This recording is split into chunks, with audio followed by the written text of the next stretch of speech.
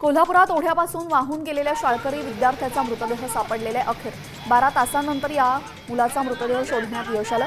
काल संध्याकाळच्या सुमारास ओढा ओलांडत असताना पाण्याचा अंदाज न आल्याने 11 वर्षाचा शाळकरी मुलगा वाहून गेला.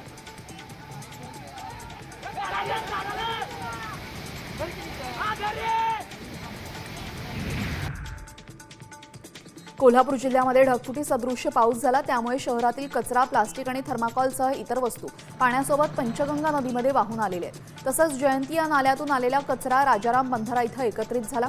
दरम्यान महापालिकेच्या कर्मचाऱ्यांनी नदीतील कचरा काढण्यास सुरुवात केलेली आहे.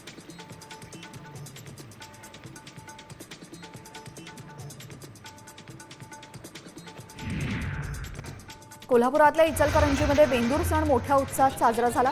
या सणानिमित्तानं बैलांची मिरवणूक काढण्यात आली होती. दरम्यान डीजे लावून धिंगाणा घालणाऱ्या मंडळांच्या कार्यकर्त्यांना पोलिसांनी चांगलाच प्रसाद दिला. रात्री 10 नंतर डीजे सुरू ठेवल्याने पोलिसांनी ही कारवाई केलेली आहे.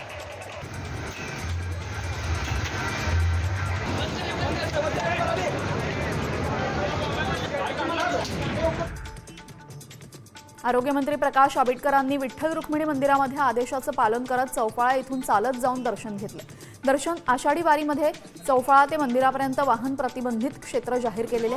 व्हीआयपी वाहनांनी चालत जाणाऱ्या वारकऱ्यांना वाहनाचा धक्का लागून त्रास होत होता. त्यामुळे जिल्हाधिकाऱ्यांनी हे आदेश काढले.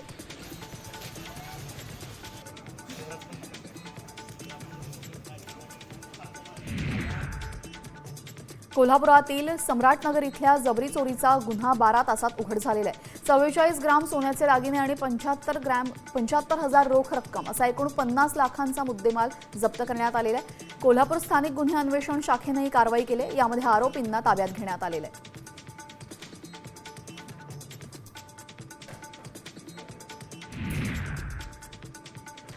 कोरोना झाला तरीही कुठे ॲडमिट होण्याची गरज नाही असं अजब वक्तव्य आरोग्यमंत्री प्रकाश आंबेडकरांनी केलेले.